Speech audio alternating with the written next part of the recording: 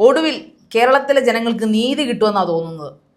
എന്താ ശരിക, ഏത് കാര്യത്തിലാണ്? കാരണം ഒരുപാട് കേസുകൾ ഉള്ളതുകൊണ്ട് ഈ നീതി എന്തിന്റെ ബേസിലാണ്? ഓട്ടോ കാശിൻ്റെ കാര്യത്തിൽ ജനങ്ങൾക്ക് ഇനി നീതിയുക്തമായ ഒരു കാശ് കൊടുത്താൽ മതിയാവും, അല്ലെങ്കിൽ ഫ്രീ ആയിട്ട് മാർച്ച് 1 തൊട്ട് അവർക്ക് സഞ്ചരിക്കാനുള്ള ഒരു വാഗ്ദാനം വീഡിയോ കൊടുത്തു. അതായത് ആ ഡേറ്റ് ഡിക്ലെയർ ചെയ്തു, മാർച്ച് 1 മുതൽ എന്നൊരു ഡിക്ലെയർ ചെയ്തിട്ടുണ്ട്. അപ്പോൾ ഇത്രയും കാലം ജനങ്ങൾ അനുഭവിച്ച ആ ഒരു ഫ്രസ്ട്രേഷൻ ഉണ്ടല്ലോ, അതായത് ജനങ്ങളുടെ വണ്ടി സവാരി, ഓട്ടോ സവാരി എന്ന് പറഞ്ഞാൽ ഓഹോ അല്ലെങ്കിൽ ആഹ എന്ന് പറഞ്ഞ കാലത്ത് നിന്ന് ആൾക്കാർ പ്രാഗിക്കൊണ്ടാണ് സത്യത്തിൽ പലരും കാശ് കൊടുത്തുകൊണ്ടിരുന്നത്. പ്രാക്ക് എന്ന് പറയുന്ന ഒരു ഓക്വേർഡായിട്ടുള്ള വേർഡാണ്, എന്നാലും പറയാതിരിക്കാൻ പറ്റത്തില്ല. പിടിച്ചു പറിക്കുമായിരുന്നു എന്ന് വേണമെങ്കിൽ പറയാം. എല്ലാ ഓട്ടോക്കാരും അല്ല, ഒരു 80% അല്ലെങ്കിൽ 70% ഓട്ടോക്കാരും അങ്ങനെ തന്നെയാണ് ചെയ്യുന്നത്. ഇപ്പം തന്നെ നമ്മൾ റോഡിൽ ഇറങ്ങി ഒന്ന് നിന്ന് കഴിഞ്ഞാൽ പൗർണമി ശ്രദ്ധിച്ചിട്ടുണ്ടോ, കൈ കാണിച്ചാൽ പോലും നിർത്തത്തില്ല. അതിൻ്റെ കാരണം ഞാൻ അന്വേഷിച്ചപ്പോൾ എനിക്ക് മനസ്സിലായത്, ഞാൻ നമ്മുടെ ഒരു സുഹൃത്ത് പറഞ്ഞത്, ഇപ്പോൾ പൗർണമി കഴിഞ്ഞ ദിവസം എന്നോട് സൂചിപ്പിച്ചു, ശരിയാ അടുത്തേക്കുള്ള ഓട്ടോ ഒക്കെ ആണെങ്കിൽ അവർ വരില്ല. ഞാൻ വെച്ചാൽ അതെന്താ, അതങ്ങനെയാണ്, കാരണം അവർക്ക് നഷ്ടമാണ്. അപ്പോൾ പിന്നെ എന്തിനാണ് ഈ പണിക്ക് ഇറങ്ങുന്നത്? അപ്പോൾ ജനങ്ങൾ എന്ത് ചെയ്യണം? ഇത് പിന്നെ ഇവർ പബ്ലിക്, അങ്ങനെയാണെങ്കിൽ പ്രൈവറ്റ് ടാക്സി ഓടാൻ പോയാൽ പോരെ, എന്തിനാണ് ഓട്ടോ ഓടിക്കുന്നത്? ഓട്ടോ പൊതുവെ അറിയപ്പെടുന്നത് എന്താണ്? പബ്ലിക് ആയിട്ടുള്ള സവാരിക്ക് ടാക്സി സർവീസാണ്, മുച്ചക്ര വാഹനം.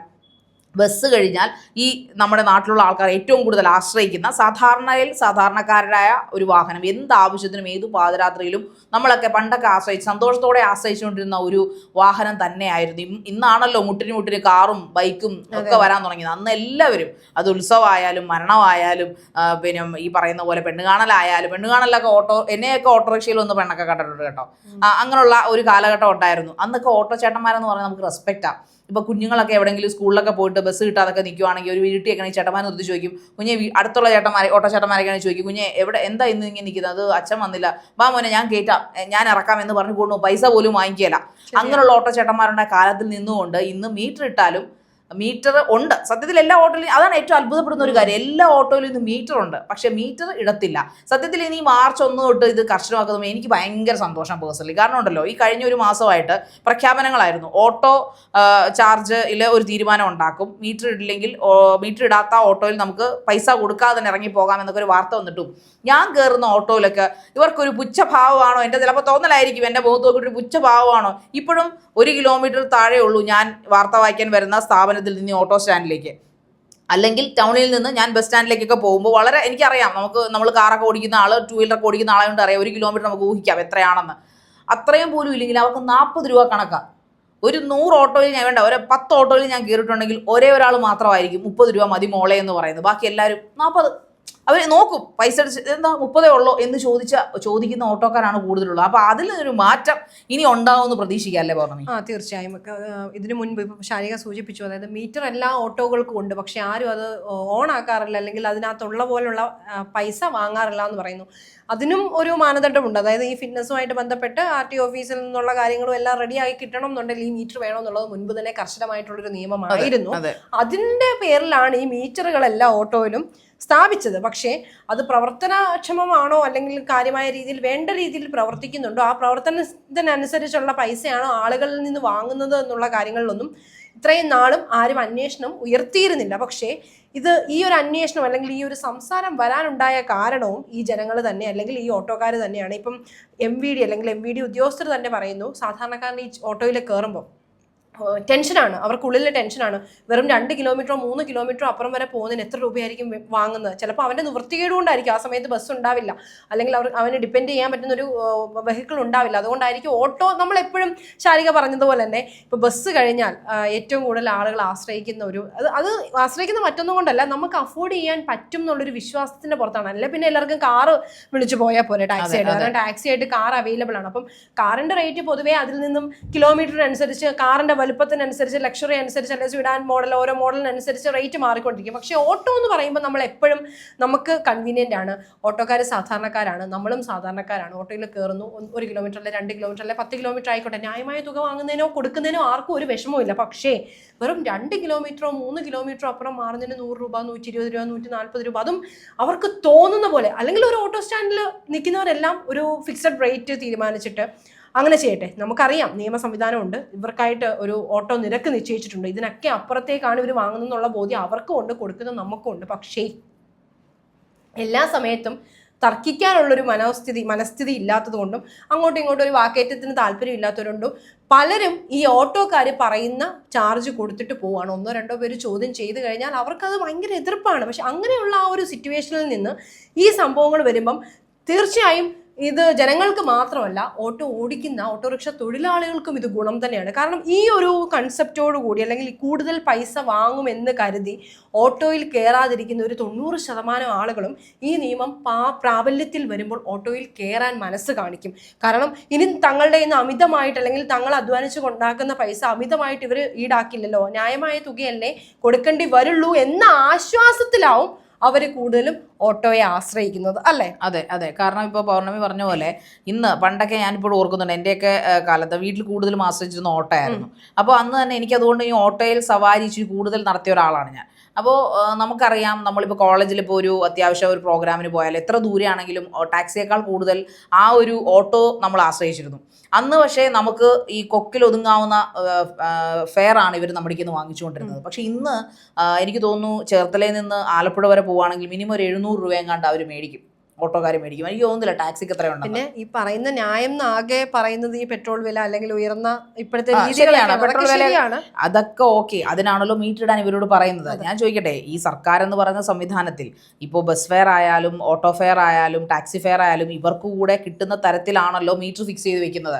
അപ്പോൾ അവരുടെ മെയിൻ്റനൻസ് കോസ്റ്റും മറ്റ് വിയർ ആൻഡ് ടിയറും എല്ലാം ഇൻക്ലൂഡ് ആക്കിക്കൊണ്ടാണല്ലോ ഇവർ മീറ്റർ ഓടിക്കാൻ പറയുന്നത്. അല്ലാതെ ഒരു ഓടിക്കുന്ന ഒരു ആൾക്കാർക്ക് മാത്രം നഷ്ടം ഉണ്ടാക്കിക്കൊണ്ടൊരു സംവിധാനം എന്തായാലും സർക്കാർ തുടങ്ങില്ല. അത് മാത്രമല്ല, ഇതൊരു പബ്ലിക് ട്രാൻസ്പോർട്ടാണ്. ഓട്ടോ അല്ലെങ്കിൽ ടാക്സി പബ്ലിക് ട്രാൻസ്പോർട്ടിന്റെ ഒരു കാറ്റഗറിയിൽ വരുന്ന ഒന്നല്ലേ. ടാക്സിയും കാറും ആയാലും അത് ഓട്ടോ ആയാലും എല്ലാം അങ്ങനെ തന്നെ അല്ലേ. അപ്പോൾ അതുകൊണ്ട് തന്നെയും സർക്കാരിന് അറിയാമല്ലോ, ഒരു മിനിമം ചാർജ് വെക്കുമ്പോൾ അത് അവർക്ക് കൂടെ ലാഭകരമായിട്ടുള്ള, അല്ലെങ്കിൽ ഓട്ടോക്കാർക്കോ അല്ലെങ്കിൽ ടാക്സിക്കാർക്കോ കൂടെ ലാഭകരമായ രീതിയിലാണ് അത് കൊടുക്കുന്നതെന്ന് അറിഞ്ഞുകൊണ്ട് തന്നെയല്ലേ അത് വെക്കുന്നത്. പക്ഷേ അതൊരിക്കൽ പോലും പാലിക്കാൻ ശ്രമിക്കാതെ, തോന്നിയ പോലെ ഈ പറയുന്ന പൈസ വാങ്ങിക്കുമ്പോഴാണ് ഇവിടെ ഇപ്പോൾ പ്രശ്നങ്ങൾ വന്നിരിക്കുന്നത്. ഇപ്പോൾ പല വട്ടമായിട്ട് പല കാലങ്ങളിലായിട്ട് ആൾക്കാർ ഉന്നയിക്കുന്ന ഒരു പ്രശ്നമാണ്. ആൾക്കാരോട് ഒന്നാമത്തെ കാര്യം, ഇന്നത്തെ കാലത്ത് ഈ തൊടുന്നതിനും പിടിക്കുന്നതിനൊക്കെ കത്തിക്കുത്തും വെട്ടിക്കീറലും ഒക്കെ ആണല്ലോ. അതുകൊണ്ട് തന്നെ ആൾക്കാർക്ക് ഇങ്ങനെയാണ് ഇത് പോകുന്നതെങ്കിൽ, അത് ഈ MBD കർശന നിയമം മാർച്ച് 1 തൊട്ടോ അല്ലെങ്കിൽ ഇനി ഏത് ഡേറ്റ് ആണോ വരുന്നത് ആ ഡേറ്റ് തൊട്ട് ഇത് കൺഫേം ആയിട്ട് ഇവരിത് തുടർന്നില്ലെങ്കിൽ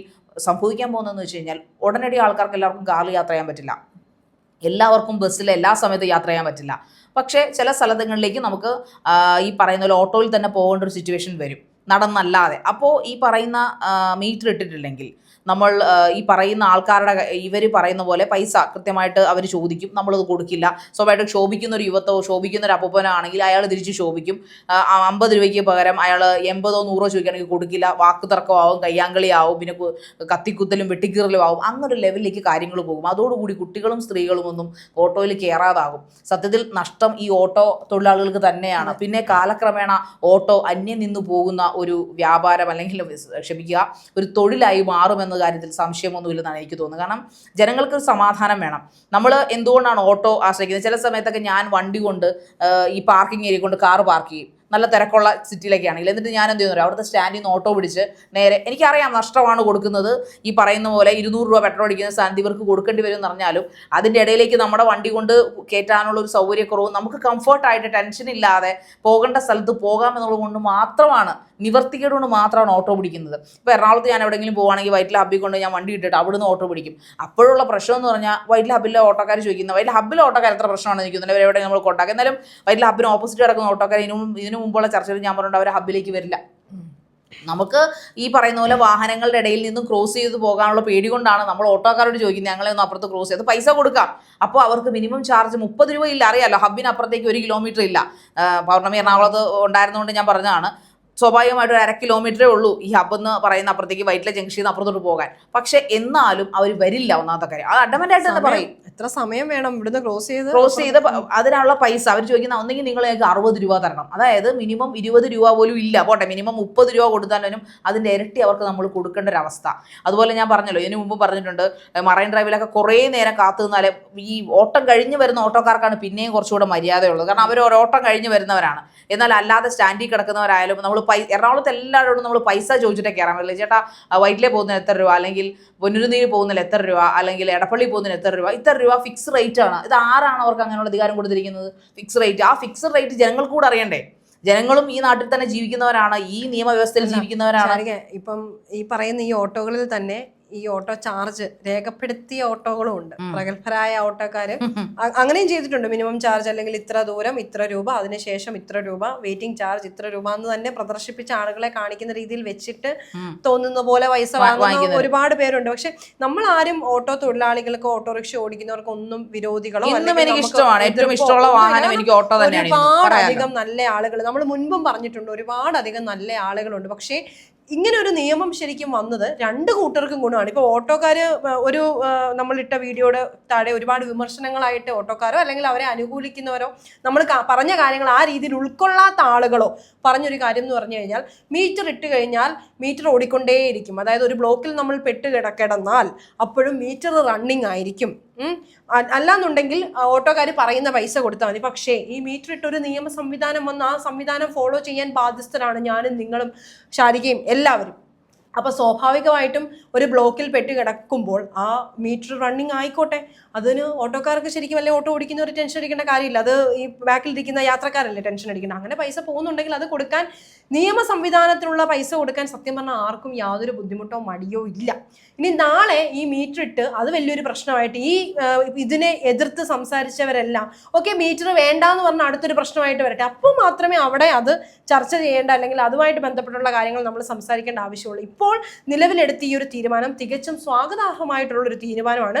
ഈ ഒരു തീരുമാനം കൊണ്ട് അല്ലെങ്കിൽ ഇത് നടപ്പിലല്ല, അതായത് ഈ MVD ഓഫീസർ പറഞ്ഞ എന്താണെന്ന് വെച്ച് കഴിഞ്ഞാൽ മാർച്ച് 1-ാം തീയതി മുൻപ് ഇവർ പറഞ്ഞിരുന്നു ഇനി മീറ്റർ ഇട്ട് സവാരി നടത്താത്ത ഓട്ടോകൾക്ക് ഫ്രീ ആയിട്ട് നമുക്ക് കയറാം അല്ലെങ്കിൽ യാത്ര ചെയ്യാം എന്നുള്ളത്. ആ ഒരു കാര്യം തന്നെയാണ് വീണ്ടും അവർ ഊന്നി പറയുന്നത്.